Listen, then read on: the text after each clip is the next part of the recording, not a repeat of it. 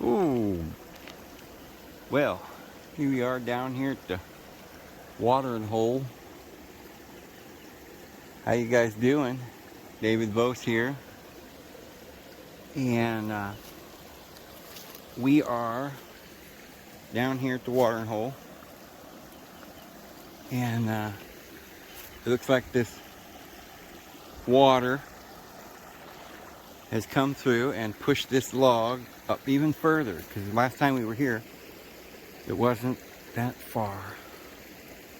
Buddy, it's a beautiful day. It's a beautiful day. And the dogs have been swimming already. And so I thought I'd just turn the old camera on and say hi. And hope you guys are having a wonderful day. Boy, if the sun is out, I'd get out now and enjoy it. You know, just go and have a picnic. Go down to the river or the creek and enjoy yourself. Take a walk. It's beautiful. See that? Blue skies. Blue sky.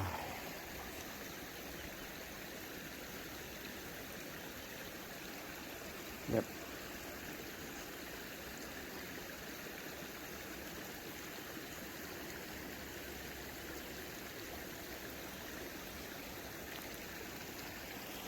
So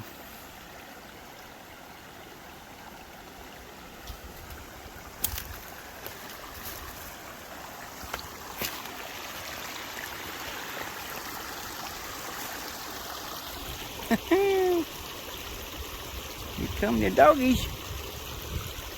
Oh, there's a doggie. Hi.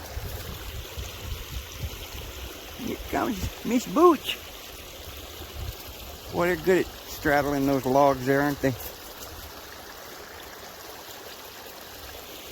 They got balance. I guess they got 4 legs. It's easier for them. I don't know. It's a good example, though. If you have confidence, you can walk that and not fall. But human beings are scared. We're scared of heights. And because we're kind of scared, we end up falling.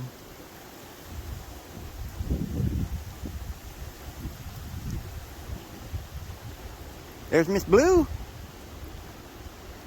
Where's Miss Bear? Where's little bear? They ain't afraid of the snakes or nothing. The sharks or nothing like that, or alligators. I said, ain't no alligators in here, Dad. Ain't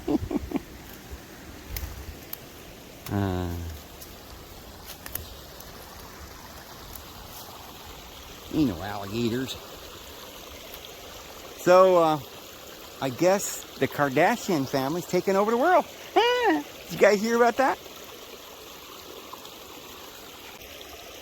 Yeah, the Kardashians are taking over the world. Bruce Jenner, a transgender, is going to, I guess, become the governor of California. And the odd thing is that Trump's backing her. And not sure about how I feel about calling her a she, but Bruce, what's her name? She changed her name to, gosh, I can't keep up with all this. But anyway, Jenner married into the Kardashian family or something like that. I don't know, because I don't watch it. I think she's in this reality TV program, part of it, along with Kanye West. So I guess we're going to have Kanye West for president and a transgender for governor. And evidently Jenner is more of a Republican than any of the Republicans we've had there for a while. I guess he's like lockstep with Trump on everything. And it looks like he's going to end up getting it. I mean, he's getting a lot of support. Of course, the late night TV shows don't like him. Her. I can't keep track.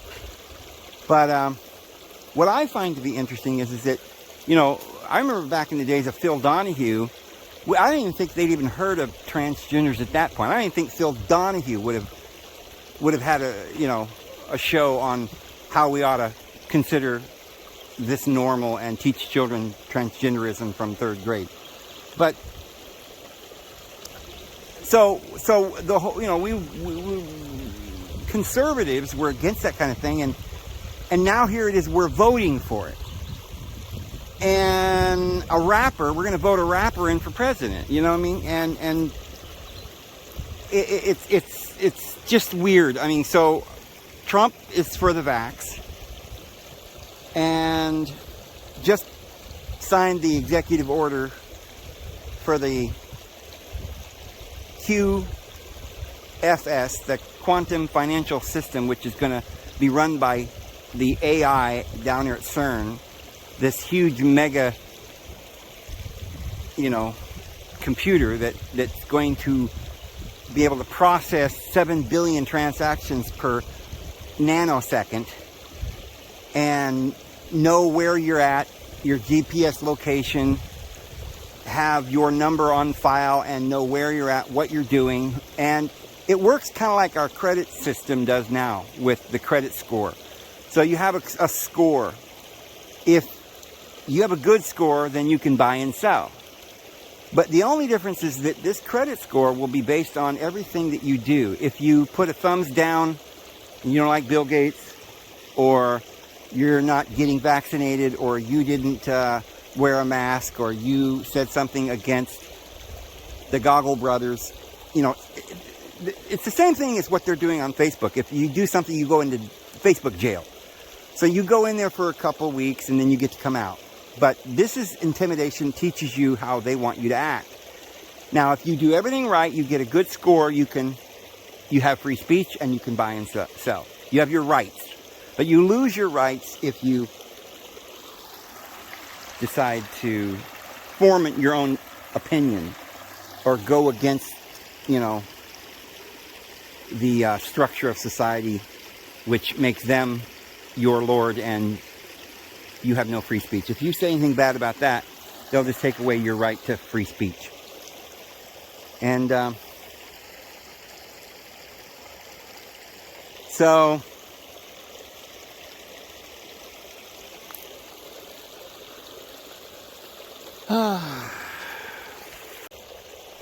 I just think it's really crazy. I was telling somebody else just a few minutes ago that it's like, this is what they do. You've heard of the Hegelian system where it's Democrat, Republican, socialism, communism, communism, capitalism, you know, good and bad, up and down, left and right. And each side is on an extreme, way out there in extreme somewhere. So they know where they don't want us to be. So they get us talking about transgenders, which is so far out left, I don't know what that is, and debating it and debating it and debating it. And where we started off is, you know, men are men and women are women, and this is the way life is. Reality. We start in reality. But they get somebody talking about some stuff that nobody believes. And then they put it on the Phil Donahue show, and back in the 80s, right? And they talk it. And they get us so disgusted. And finally, because we're good people, we don't want to argue and we don't want to fight. We say, you know what? I'll tell you what. You could be a transgender, but just leave us alone. We don't want you to teach it to our children. But that's where we draw the line. So now we've got a world where they're encouraging people to be transgenders, but we feel like, well, as long as I'm still allowed to be heterosexual, I'm just going to let it go. Okay, well, we go that way. We're allowed to be heterosexual, but they're encouraging transgenders or whatever.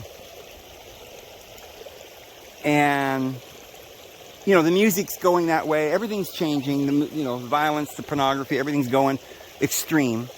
But we finally settle in and say, okay, as long as you let me be what I want to be. So we think that's a good compromise, because at least we get to do what we want to do. But then 10 years later, our children now think that somewhere in the middle is where you ought to be. Somewhere between a transgender and a person who doesn't stand up for their rights. And so that's where they're at. An I don't know position. And then they start the whole thing over with two extremes again. This time, people are marrying their horses. And you're like, that's crazy. I ain't putting up with that. And 5 years later, we're like, all right, fine. You can marry your horse and even have horse play, shall we call it, in the streets. As long as I don't have to have horseplay. Okay, well, you don't have to have horseplay. But at this point, now you got to be a transgender. Because we already, you already got curious now, and your children are transgenders now. So what are you going to do? Condemn your own children? But you don't, so here we are. A conservative Republican Party, the party of Reagan, we're now going to be voting in a rap star reality show or a transgender reality show star. I don't know. This is weird. It's just weird. It's an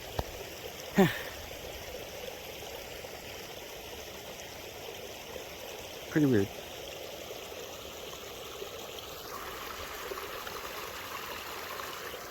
Anyway.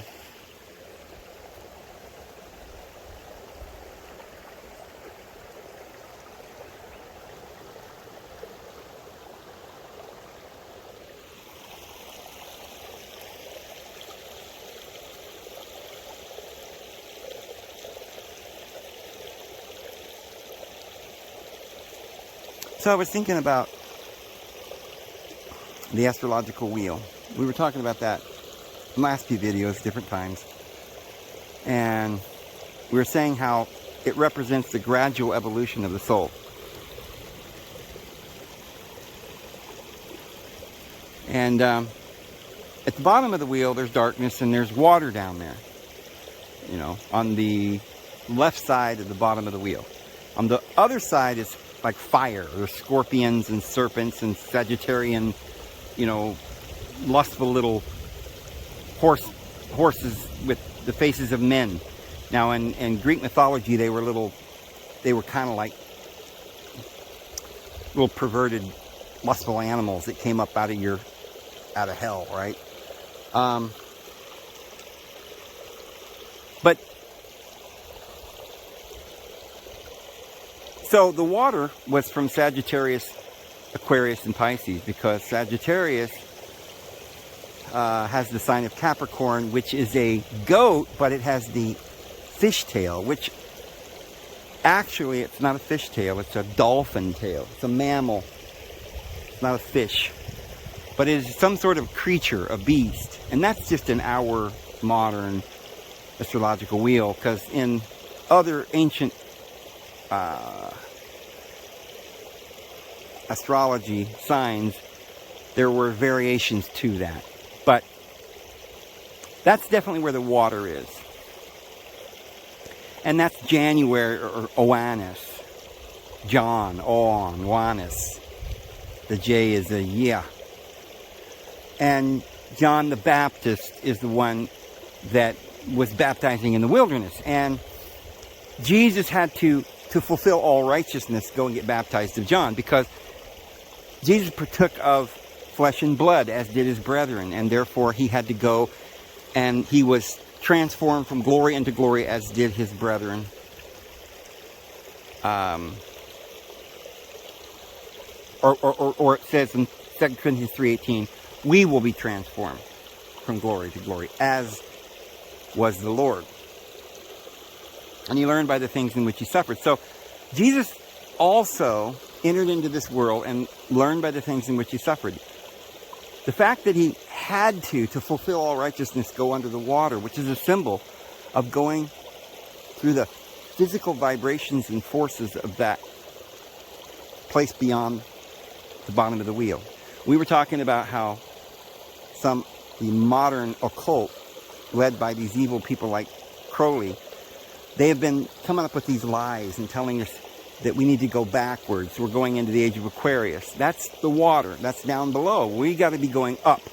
And we talked about how Jesus said we're going to be going to Pentecost after Passover. And then that proves that we're going forward. We're not going backwards. Because that's in somewhere in the month of May, we're going to have the wedding. And then there's going to be the harvest. So, what people don't understand is, in the New Testament, it says that we're going to meet the Lord in the air. And so people think then that that means we're going to go up into this sky and meet him in the air. But that's actually not what that's talking about. There are sun signs and earth signs. There's air, there's fire, there's water, and there's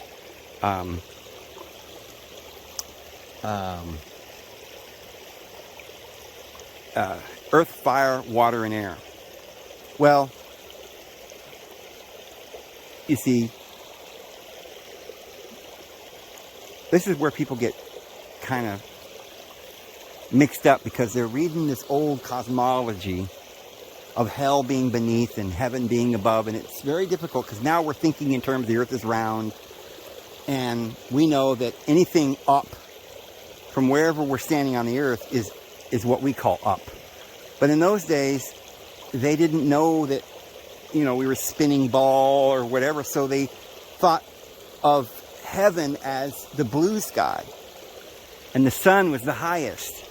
The night sky was looking down into the abyss, and the wandering stars to whom was reserved the blackness of the darkness forever. Those were the wayward astral beings, and that's the astral world, or the starry world, and the abyss was the darkness. And it says the darkness is on the face of the deep. So that means then that beneath,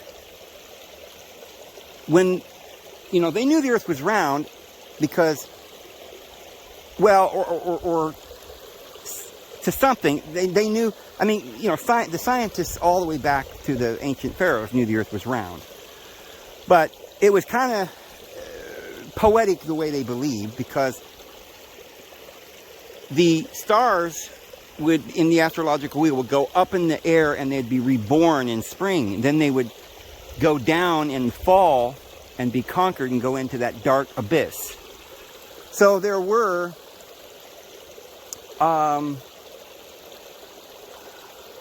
there was the sun that reigned in the sky, but the stars reigned down there in the night. And Ea, Enki, who conquered the Absu, which was his father, or the abyss, he took and became the ruler of the Abyssios, or the abyss.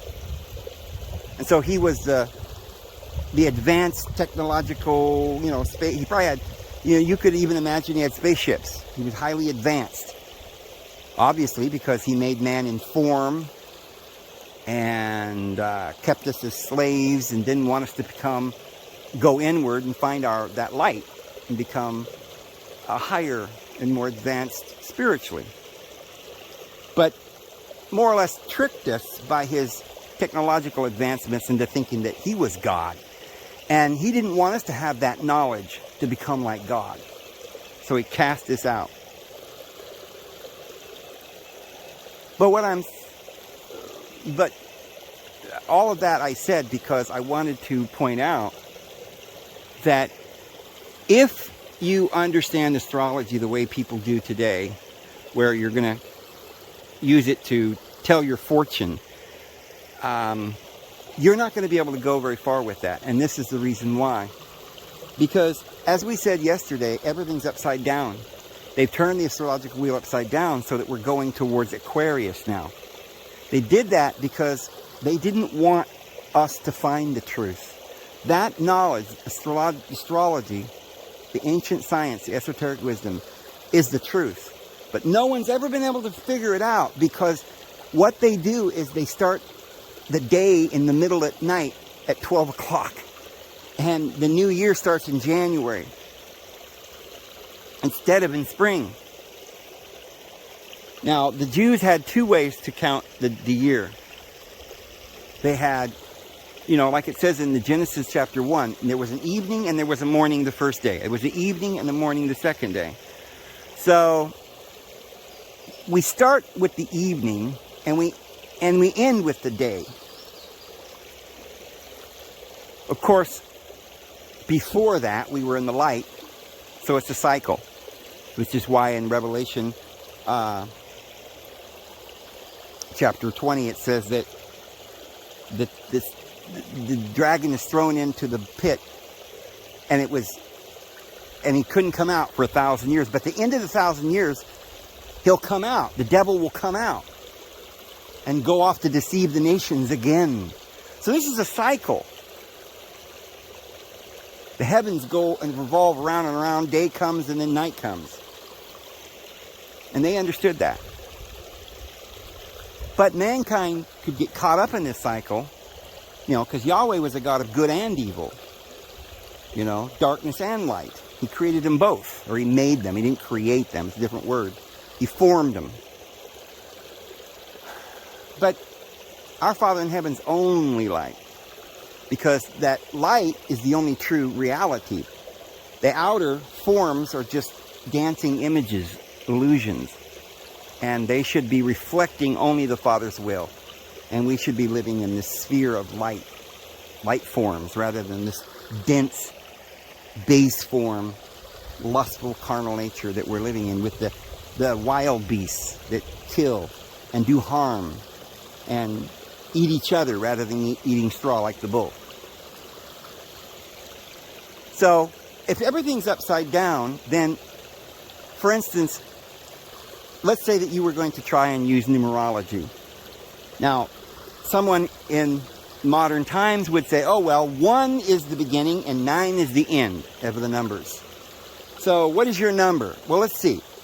Count the numbers of your birth, starting with the months. Oh, let's see. You were born in September. That's 9. No. They started in January. We're supposed to be starting it in the evening.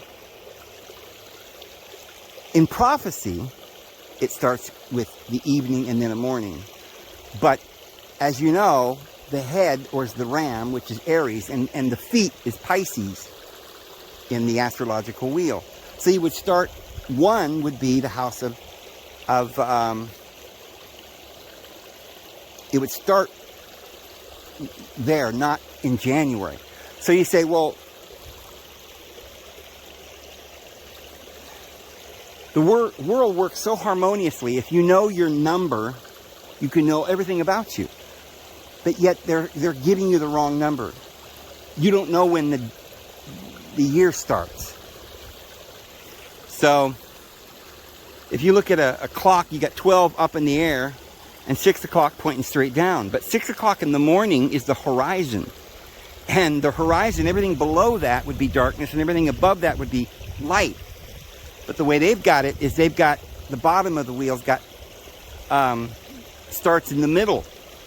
So half the wheel's on the right and half on the left. And that would mean that each side has darkness and light. And all the numbers would be off. And so gematria and numerology wouldn't even come out right. You wouldn't be able to know the actual number. And it's the same with all of astrology, because everything that they're doing is backwards. They say the first house is in Aries. And I was thinking, there were some people that were saying that old souls, that somehow or another, if you're born at the bottom of the wheel, that's a good thing. They will say that at the bottom of the wheel,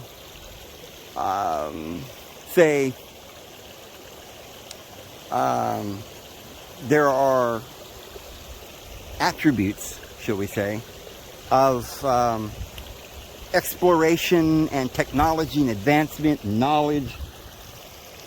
Well, what kind of knowledge? What kind of knowledge would you be getting down there in the darkness? Maybe the kind of knowledge that they know out there in the stars that Ea Enki is using, his advanced technological knowledge to create CERN and bring himself up out of the bottomless pit. That is technological knowledge. It's not spiritual knowledge. And so I say everything is backwards. And in astrology at this time cannot be used with the present understanding. It cannot be used for telling your fortune or knowing anything really about you. Because while they may have the houses somewhat correct in the sense that, because the animal signs are still correct. Leo is still there in August, and, the Virgo is still where it is. And, remember, Jesus had 12 disciples. One of them was Thomas, the twin. So that would be Gemini. And, of course, Judas, he represents the two tribes of Judea that were separated from the other 10 tribes.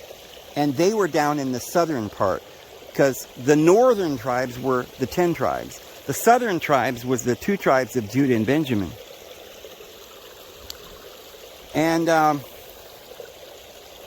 so they stayed in their homeland after Israel was taken into captivity and spread all around the world. And they went and conquered the then known world. They became the Scythians and the Genghis Khan and the Tartarians, and they went and conquered the world. They came to America in ships. The whole world is the lost 10 tribes. But the Judeans, they never lost who they were.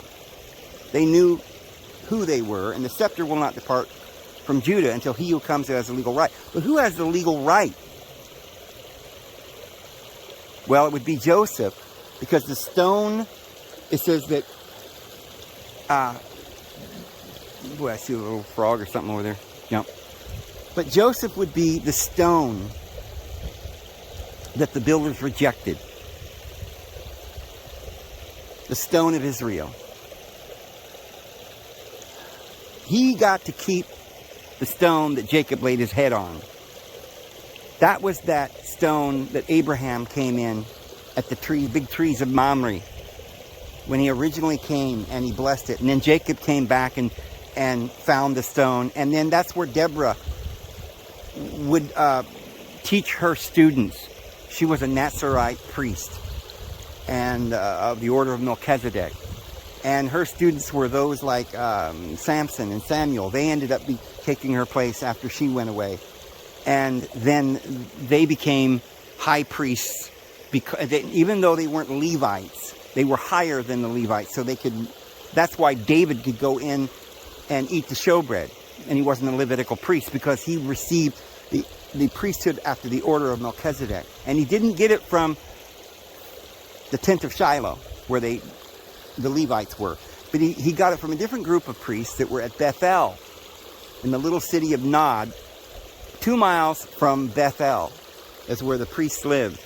And that's where Elijah started the school of the prophets, there at Bethel. So that was a different priesthood. They were called the prophets. But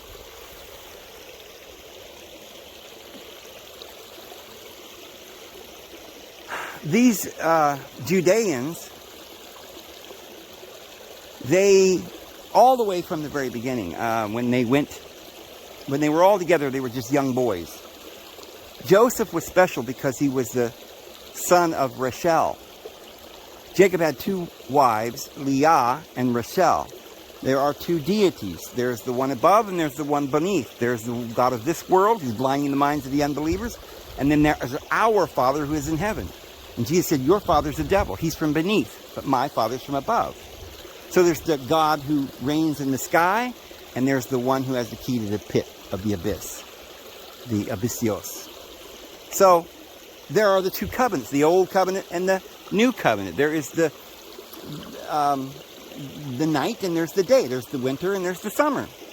So Judaism is down in the south, down at the bottom.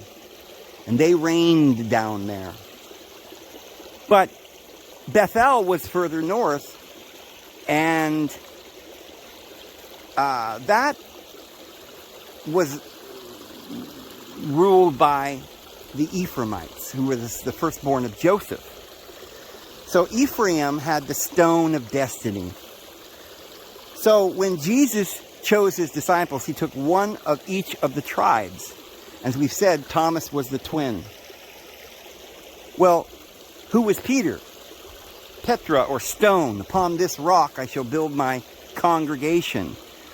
Jesus is the son, so he had 12 disciples, or 12 houses that are around the round table, like Arthur, R meaning light, and the round table, King Arthur. So it's the same story. Jesus in the Last Supper, you see that painting by, Leonardo da Vinci, where Jesus is there at the table and there's the 12 disciples around him. So who is Peter? The rock, the stone. Joseph, the real leader. Because the scepter will not depart from Judah until he who comes has the legal right. And that was the one who shall be above his brethren, because it said Joseph went down into Egypt and became the Pharaoh. This is the high lineal descent of King Anu of heaven. And he married Potiphar's daughter, or the Pharaoh's daughter, and he was anointed as a Pharaoh. Pharaoh means the house of God, which is the house of David, the house of Abraham, who were pharaohs. Because Abraham stood on that mountain, Mount Mer, or in Egyptian that means a pyramid.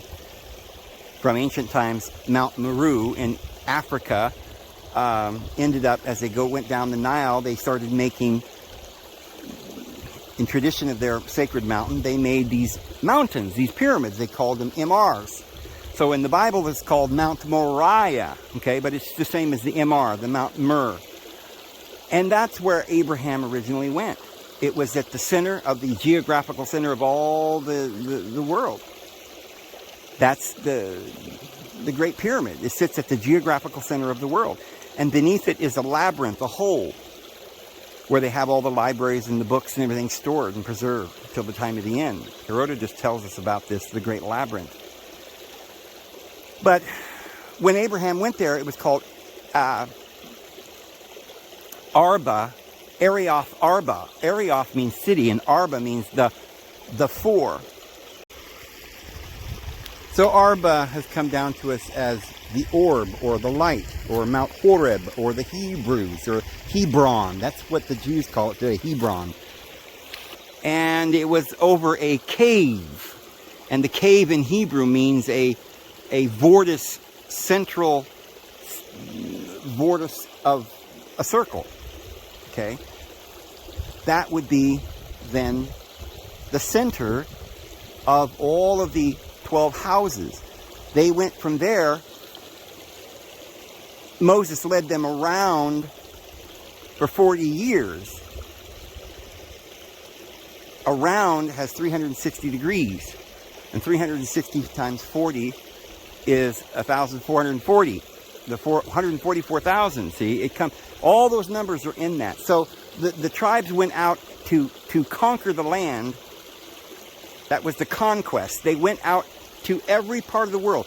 They drew lots, and each one got a lot. So the 12 tribes are all the tribes of the world, and they conquered the entire world.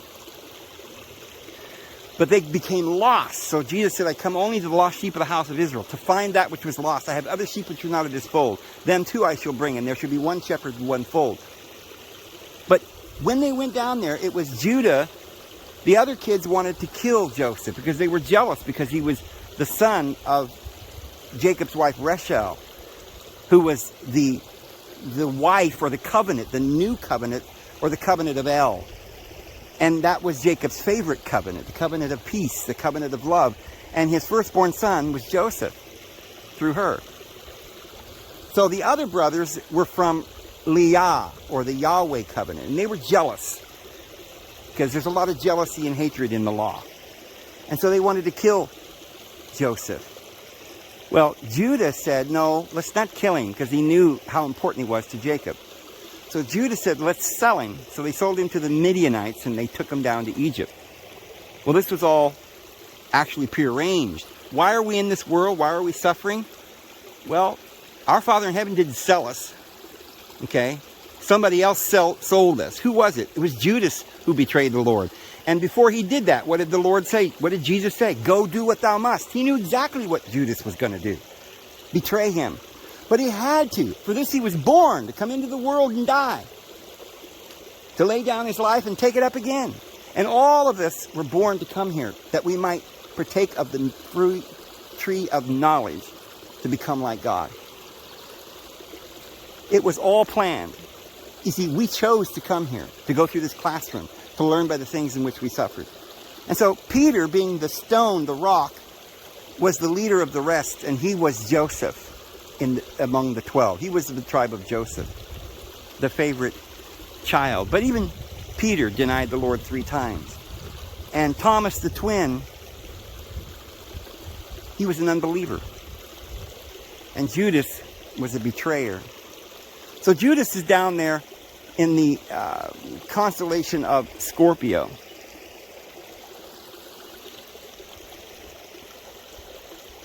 So there's a lot of darkness down there in that part of the area of the wheel. But you see, if you were to read the occult, they would say that those are all the greatest qualities in the world. Technological power and money and wealth. All that's down there at the bottom of the wheel. For any of you who have those tendencies, it doesn't mean that it's going to defeat you. Okay, we all have to go through this baptism. We all have to go through the temptation. This is why we came into the world. But remember, it is a great temptation, and we have to overcome those feelings.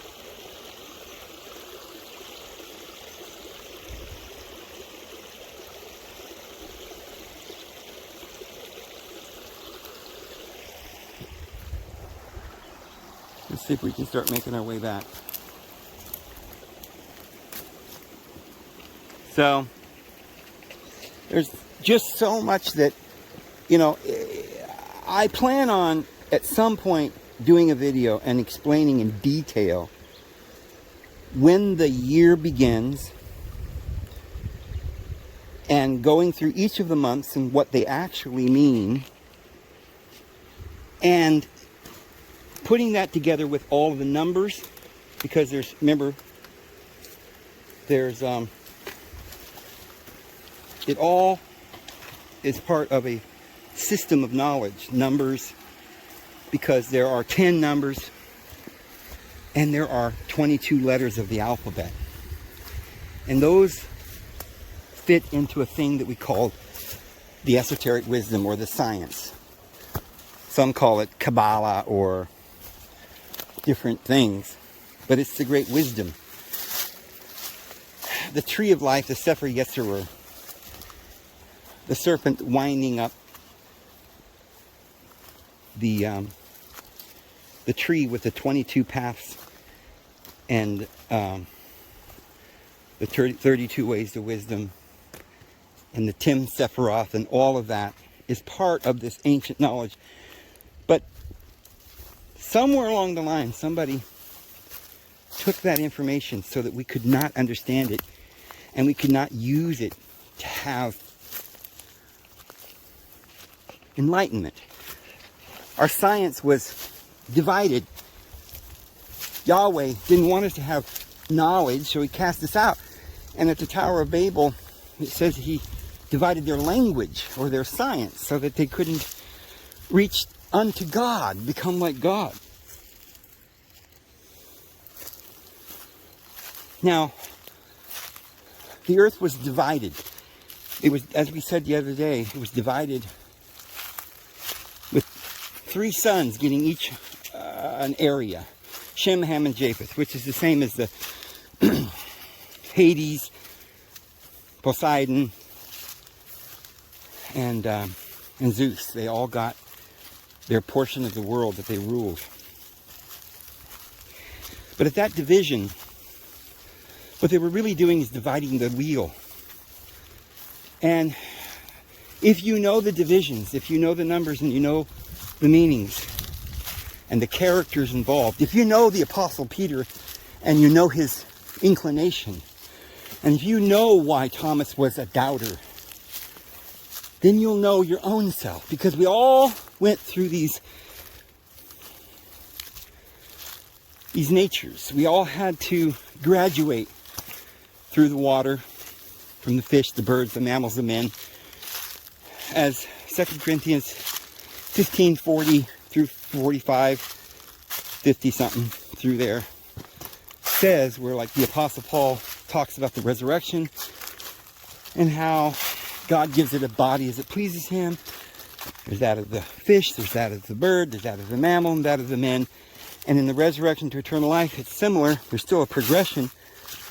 Some shall be like the sun, and some like the moon, and some like the stars, and each star different star in glory. Eternal glories. Endless number of glories for eternal progression.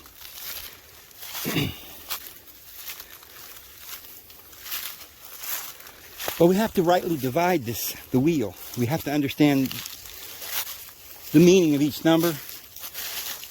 And it may sound complicated, but imagine if you didn't understand the 22 letters.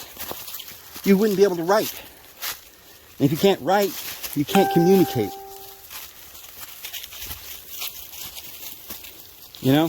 So, it may sound like a big thing to know all of this. It's such a huge thing, but it's much, much easier to know the truth than it is to know all this gobbledygook about quantum physics, or, oh, nobody understands the true science but except Einstein and, Stephen Hawking, who really had rejected the existence of God and, thought that the universe created itself in a vacuum, I guess. So that's complicated. Going to school, getting your PhD. And it's simply rationalism, and it's garbage. It's not the truth. The truth is easy to learn. It's just it'd be like trying to learn English if nobody had ever invented it, or it was lost somewhere. You'd have to go. It'd be like trying to read a language if the language was a dead language. You'd have to have like the Rosetta Stone that had Hebrew and Greek and Egyptian. And since we knew how to speak the Greek, we could figure out how to speak the Egyptian. And they learned how to interpret hieroglyphics from the Rosetta Stone. But before that, they couldn't interpret hieroglyphs. So, right now, astrology is in the dark. Nobody really understands it. They're just got little bits and pieces of this information.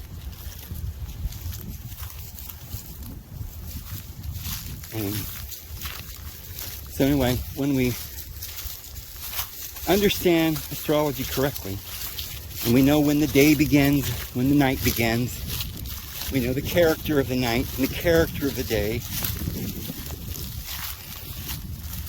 And this is why the gospel is so important. You read the New Testament, you're reading the story about a man with his disciples. We're actually learning about ourselves, that Christ is in you. He's the hope of glory. And we have to recognize that Christ's in the boat. He's the one who's commanding the winds and commands the sea. He tells the mountains to move, and they obey him. And if we don't understand, or we don't recognize the Christ, then we don't know who he is. He's still asleep in the boat. But we also have to know who Peter is. Because upon that rock, he will build his kingdom. And every one of us we have to complete in a harmonious manner all of these natures. The lamb has to lie down with the wolf. And the lion must eat straw like the bull. And the little child, that little Christ soul, spiritual little child within you, is going to play upon the whole of the serpent. That whole of the serpent is that place that's protected by the physical energies as they were originally created.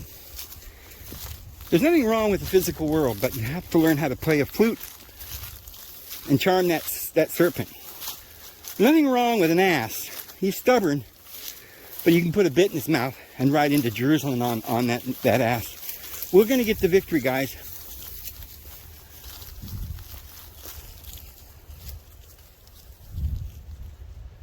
What do you guys think, huh? Huh? What are you doing? Let's go. They're pretty flowers. So, I'm almost back to the cabin now, and I'm going to get this loaded. But, you know, I was thinking, so a lot of people, a lot of Christians don't believe in reincarnation, and they think, well, it's not in the Bible. Well, it is, and I've showed lots of verses from the scriptures, but there's a lot of scriptures we don't have. Any of the scriptures that had some of these teachings, you know, they had a council in Nicaea 325, and they threw out many of those ancient scriptures because they sounded too literal, and they explained things too much, and they didn't want people to understand what the truth was. But the church fathers definitely believed in reincarnation, and you can go back and read church father treaties, and you know, like Origen, he does a beautiful, he writes, you know, pages and pages of, you know, teachings, early church father teachings, and he talks about reincarnation, actually in transmigration, and he explains how we transmigrate. So that was, you know, the first 200-300 years Christianity certainly did believe in reincarnation. And but you know, Justinian, an emperor, he came along in 400 and something, and I think in 452 or 53 they made an edict, you know, they declared that no one could ever again teach reincarnation. And so the Catholic Church from that point forward did not allow anyone to believe in reincarnation, or they would execute them. So this is why we as Christians don't know about reincarnation. But the things that I'm telling you, this has been known for thousands of years until Christianity came along, or the Dark Ages. And you know, that's not when, a lot of people think, well, they thought the earth was flat, and then the Catholic Church tried to, you know, come in with some crazy teachings about the earth being round. That's completely, I don't know where people get this. They've always believed the earth was a sphere. Even the Catholic Church believed it was a sphere. They just didn't, they thought that the earth was the center of everything. Copernicus came along and said, hey, we're not necessarily the center. The sun is the center. Of course, now we know that's not even the center. The universe is endless and infinite, but they always believed that the earth was a sphere. And besides, that's kind of a weird argument, because the Catholic Church, most of these flat earthers don't believe in the Catholic Church. So if the Catholic Church thought the earth was flat, and they want to go back to that, then they're going back to some arbitrary guy with a white robe that decided to declare that from now on, you know, but that didn't actually happen. He just declared that the earth was the center and the sun was not the center. But anyway, I just wanted to say that I'm going to go ahead and get this loaded, guys, and get back up here and get in for the night and load this, and we'll see you guys tomorrow. Have a good one.